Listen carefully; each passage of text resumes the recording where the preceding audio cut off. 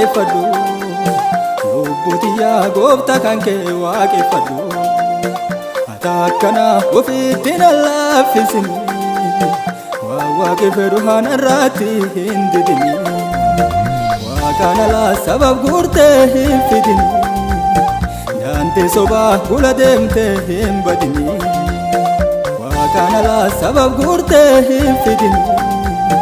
daandii sobaa gula deemtee hin badini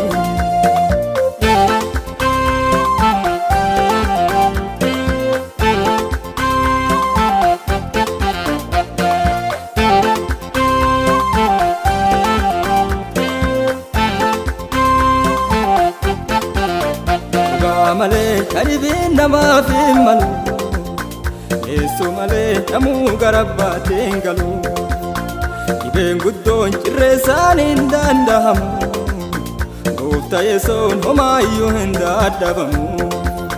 kana beekaa gooftaa kan kee waaqeffadhu jireenyi dhugaa gooftaa yesoo herregadhu kana beekaa gooftaa kan kee waaqeffadhu jireenyi dhugaa gooftaa yesoo herregadhu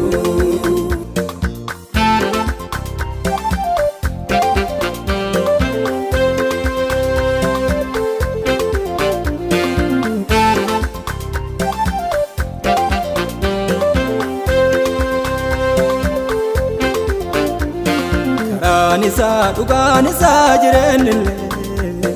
hin dheebotaa warri duraan hin beennellee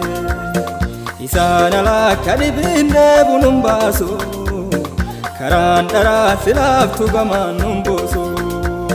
kana beekaa gooftaa kan kee waaqeffadhu jireenyi dhugaa gooftaa yesoo herregadhu kana beekaa gooftaa kan kee waaqeffadhu jireenyi dhugaa gooftaa yesoo herregadhu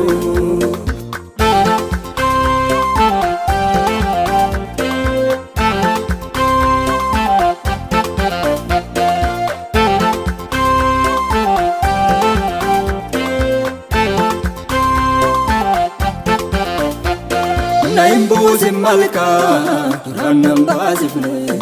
na hin oolchinittu naaf hin barbaachifne oolmaa kan kee waaquun kee waliin deemsadhu jireenyi boriifinnaa waaqa herreegadhu hirruun gadi hirridinnee dura ayyaana hirruun dinnee dhaaltu mootummaa waaqa taana hirruun gadi hirridinnee dura ayyaana yoo guyyaan ga'e Kiristoo waliin wal butamna na hin buusin malkaa duraan nan baasifne na hin oolchinittu naaf hin barbaachifne oolmaa kan kee waaquun kee waliin deemsadhu jireenyi boriifinnaa waaqa herreegadhu hirruun gadi hirridinnee dura ayyaana hirruun dinnee dhaaltu mootummaa waaqa taana hirruun gadi hirridinnee dura ayyaana